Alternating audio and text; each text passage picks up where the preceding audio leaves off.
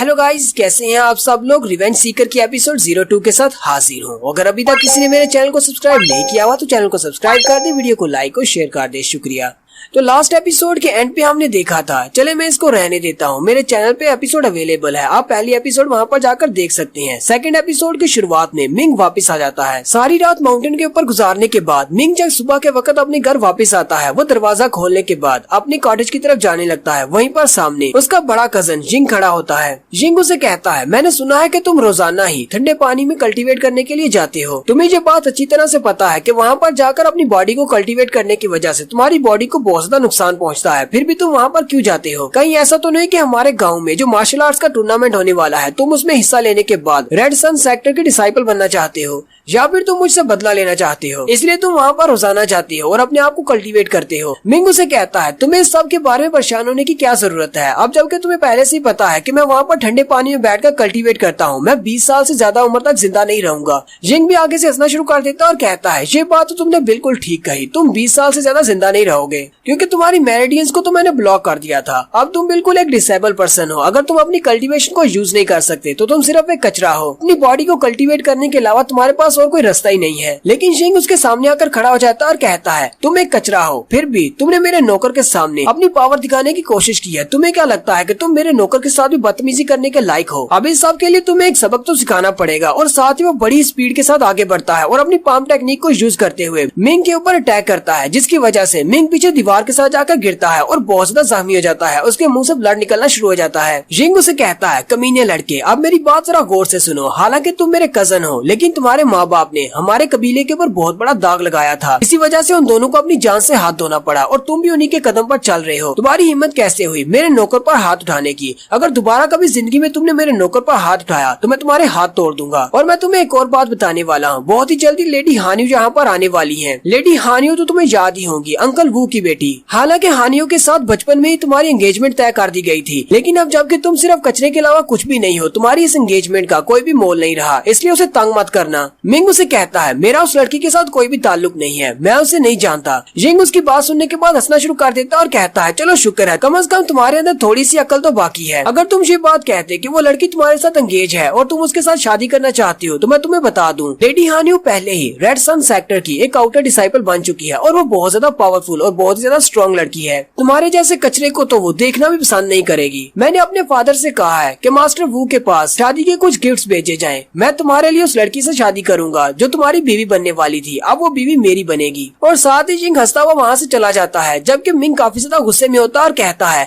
मैं तुम्हें इस बार एक बहुत बड़ा सरप्राइज देने वाला हूँ, तुम मुझे बहुत ज्यादा वीक समझ रहे हो। मिंग उसी वक्त बिमिंग से पूछता है, बिमिंग, क्या तुम्हारे पास ऐसा कोई शॉर्ट तरीका है जिसकी मदद से मैं जिंग से बहुत ज्यादा अच्छा बन जाऊँ, और वो भी सिर्फ शॉर्ट टाइम में? बिमिंग उसे कहती है, हाँ एक तरीका तो है, लेकिन मुझे नहीं लगता कि तुम उस तरीके को अपना पाओगे, वो बहुत ज्यादा पावरफुल और बहुत ज्यादा डेंजरस है। मिंग उसे कहता है, तुम्हें ये बात अच्छी तरह से पता है कि मैं आइसी वाटर के अंदर बैठकर अपनी बॉडी को कल्टीवेट करता रहा हूँ, उससे ज्यादा खतरनाक और कौन सा तरीका हो सकता है? चलो जल्दी से मुझे बताओ, वो कौन सा तरीका है? बिमिंग उसे कहती है, वो भिखारी जो कि तुम्हारी बॉडी को तुमसे छीनना चाहता था, उसने एक बहुत ही स्पेशल टेक्निक को चोरी किया था, जिसको फ्लैश फुटवर्क टेक्निक कहा जाता है। उसने उसी टेक्निक को यूज करते हुए बहुत सारे मास्टर से अपनी जान बचाई थी, क्योंकि उसकी टेक्निक इतनी ज्यादा स्ट्रॉन्ग थी कि वो एक फ्लैश की तरह आंखों के सामने से भाग जाता था। उस फुटवर्क टेक्निक का नाम हीवन स्ट्राइकिंग फुटवर्क है। अगर तुम उसको सीख लेते हो तो तुम्हारी स्पीड इतनी ज्यादा हो जाएगी कि कोई भी तुम्हें पकड़ नहीं पाएगा। ये जिंग तो तुम्हारे सामने कुछ भी नहीं, लेकिन इसको प्रैक्टिस करने के लिए सबसे पहले तो तुम्हें अपनी की कल्टीवेशन की बेस को बनाना होगा, क्योंकि मेरिडियंस के कट होने की वजह से तुम्हारी बॉडी के अंदर जरा भी की नहीं बची, और अपनी बॉडी के अंदर की को कल्टीवेट करने के लिए तुम्हें 49 दिनों के लिए भूखे प्यासे रहना होगा। मिंग उसकी बात सुनने के बाद अपने ही कमरे में कल्टीवेट करने के स्टेज में बैठ जाता है, और वो भी भूखा प्यासा, वो कुछ भी नहीं खाता, हालांकि उसके पेट के अंदर से आवाजें निकल रही होती है। बिमिंग उससे कहती है, अगर तुम भूख की वजह से मरना नहीं चाहते तो तुम्हारी बॉडी के अंदर ब्लेसिंग पिल की वजह से जितनी भी डेविल्स की आत्माएं हैं उन सभी की एनर्जी को कंज्यूम करो, इससे तुम जिंदा रहोगे।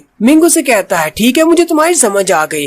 फिर आहिस्ता आहिस्ता करते हुए 49 डेज गुजर जाते हैं। बिमिंग कहती है, आज पूरे 49 दिन हो चुके हैं, लेकिन ये अभी तक जागा क्यों नहीं? बिमिंग सोच रही होती है, कहीं ऐसा तो नहीं कि इसकी बॉडी के अंदर जितने भी इवल लॉर्ड्स हैं उन सभी ने इसकी पावर को कंज्यूम कर लिया है। लेकिन साथ ही वो उसके पेट की तरफ देखती है और काफी ज्यादा हैरान हो जाती है, क्योंकि उसके पेट के अंदर एक लाइट चमक रही होती है, यानी कि उसने अपनी की गैदरिंग को स्टार्ट कर लिया है। दोबारा से वो की गैदरिंग रॉम में जा सकता है। मिंग अपनी आंखें खोलता है और अपने पेट पे हाथ रखते हुए कहता है, उन सारे इवल लॉर्ड्स की एनर्जी बहुत ज्यादा अच्छी थी, मुझे बहुत ज्यादा मजा आया। मिंग उसे कहती है आपको बहुत बहुत बधाई हो, आपने इसके फर्स्ट स्टेप को कंप्लीट कर लिया है। अब जबकि आप अपनी की गैदरिंग स्टेज की फर्स्ट लेवल पर आ चुके हैं, तो अब हम लोग अपनी प्रैक्टिस कर सकते हैं। हीवन स्ट्राइकिंग फुटवर्क के सबसे पहले स्टेप, जिसका नाम फ्लैश स्टेप है, उसको कब प्रैक्टिस करना है। मिंग उसे कहता है रुकने की क्या जरूरत है, अभी स्टार्ट करते हैं। नेक्स्ट सीन 3 दिन के बाद का होता है। मिंग अपने कोच यार्ड में अपनी प्रैक्टिस कर रहा होता है। प्रैक्टिस करने के बाद वो काफी ज्यादा थक चुका होता है, लेकिन अभी तक वो अपने फर्स्ट स्टेप फ्लैश स्टेप को नहीं सीख पाया। मिंग कहता है इसका फर्स्ट स्टेप सीखना तो बहुत ज्यादा मुश्किल है, मेरी तो बहुत ज्यादा मेहनत लग गई। उसी वक्त जियांग वहाँ पर आता है और दरवाजे को किक मारते हुए दरवाजे को ही तोड़ देता है। उसी के साथ लेडी हानियो भी होती है। जियांग आते ही उसका मजाक उड़ाते हुए कहता है तो हमारा जीनियस मिंग यहाँ पर प्रैक्टिस कर रहा है, तो वापस से उस ठंडे पानी में बैठकर कल्टीवेट क्यों नहीं करते, यहाँ पर क्यों आ गए हो, अब क्या तुम्हें मौत से डर लगने लग गया है जो यहाँ पर आ गए हो। जियांग लेडी हानियो से कहता है लेडी हानियो जरा इस कचरे की तरफ गौर से देखो, ये कचरा बिल्कुल बेकार है, तुम्हारे लायक तो बिल्कुल भी नहीं है। इसकी मेरिडियंस को कट कर दिया गया है, लेकिन फिर भी ये मेहनत कर रहा है। ये उस ठंडे पानी में बैठकर अपनी बॉडी को कल्टीवेट करता है, ये 20 साल से ज्यादा जिंदा नहीं रहेगा। लेडी हानियो से कहती है तो तुम मुझे यहाँ पर लेकर क्यों आए हो, मुझे इस कचरा को देखने में कोई भी दिलचस्पी नहीं है, कहीं और चलते हैं। ये तो सिर्फ एक कचरा है, एक लूजर है, मैं इसको देखकर क्या करूंगी,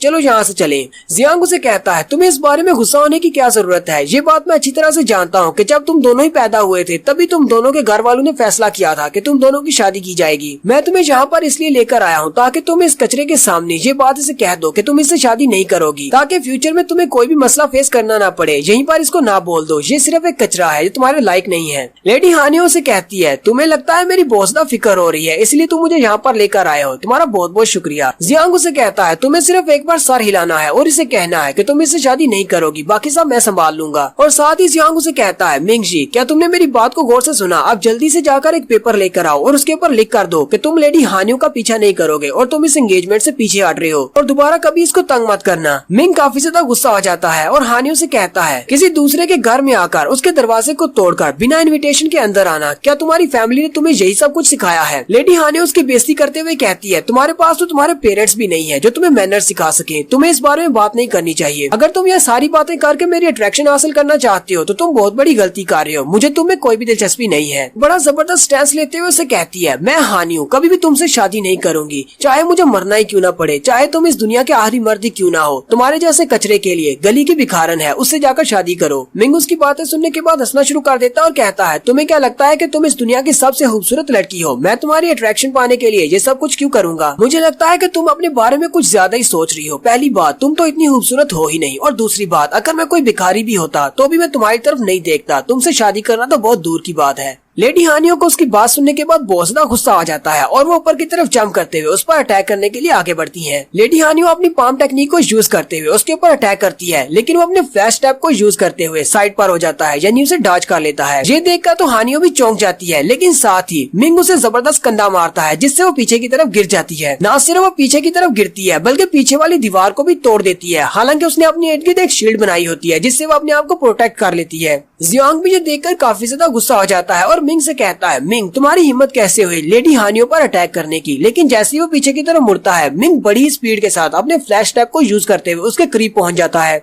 मिंग अपने पाँव को यूज करते हुए उसकी टांग के ऊपर अटैक करता है जिसकी वजह से उसकी बेचारे की टांग टूट जाती है। जाओनिंग बेचारे के टांग की हड्डी टूट जाती है जिसकी वजह से वो वहीं पर दर्द से चलाना शुरू कर देता है। जियांग पर अटैक करने के बाद मिंग उससे कहता है लेडी हानियो से कहता है अगर तुम यहाँ पर मेरे सामने अपने सारे कपड़े उतार कर भी खड़ी हो जाओ फिर भी मैं तुम्हारी तरफ नहीं देखूंगा, तुम मेरी नजर में सिर्फ कचरा हो और कुछ भी नहीं। फिर वो जियांग की तरफ देखता है और कहता है अब मैं तुम्हारा क्या करूँ, जबकि वो अपनी टांग को पकड़कर चिल्ला रहा होता है कि ये तुमने मेरे साथ अच्छा नहीं किया। मिंग को भी इस बात का अंदाजा होता है। मिंग कहता है अब मुझे एल्डर्स इस बात के लिए कभी भी माफ नहीं करेंगे, मैंने इस लड़के की टांग तोड़ दी है तो वो लोग पहले मुझसे बहुत ज्यादा नफरत करते हैं, मुझे इसके लिए सजा दी जाएगी। मिंग थोड़ी देर सोचने के बाद अपने पाँव को ऊपर की तरफ उठाता है। जाओनिंग उसे कहता है ये तुम क्या करने वाले हो। मिंग जल्दी से अपने पाँव को उसकी टांग के ऊपर मारता है और उसकी बाकी की बची हुई हड्डियों को भी तोड़ देता और कहता है अब जबकि मुझे सजा तो मिलने वाली है और इसकी टांग को थोड़ा सा और तोड़ देते हैं, चलो मेरा बदला तो पूरा हो जाएगा। जियांग बेचारा और भी ज्यादा चिल्लाना शुरू कर देता और कहता है कमीने कहीं के, अब तुम मेरे हाथों से नहीं बचोगे। मिंग उसकी टांग तोड़ने के बाद वहाँ से भाग जाता है। नेक्स्ट सीन में दिखाते हैं जी फैमिली के बहुत सारे लोग मिंग को ढूंढने में लगे हुए हैं क्योंकि उसने जियांग की टांग तो तोड़ा है। वो सारे एक दूसरे से कह रहे होते हैं क्योंकि वो काफी ज्यादा गुस्से में है। वो एक दूसरे से कहते हैं जैसे ही वो लड़का तुम्हें मिले उसकी दोनों टांगे तोड़ देना, उसने हमारे मास्टर जियांग की टांग तोड़ी है। इनमें से एक बंदा उसके कॉटेज के अंदर भी आता है ताकि उसे ढूंढ सके, लेकिन लेकिन मिंग हालांकि अपने कॉटेज के अंदर ही होता है, लेकिन उसे मिलता नहीं क्योंकि वो किसी जगह के नीचे छुपा होता है। बिमिंग उसे कहती है, मास्टर अब तुम क्या करने वाले हो, आगे क्या करेंगे? मिंग उसे कहता है, अब हम लोग और कर भी क्या सकते हैं, यहीं पर छुपेंगे जब तक कि रात नहीं हो जाती। बहुत सारे लोग मुझे ढूंढने में लगे हुए हैं, अगर इन्होंने मुझे ढूंढ लिया तो मुझे मार डालेंगे।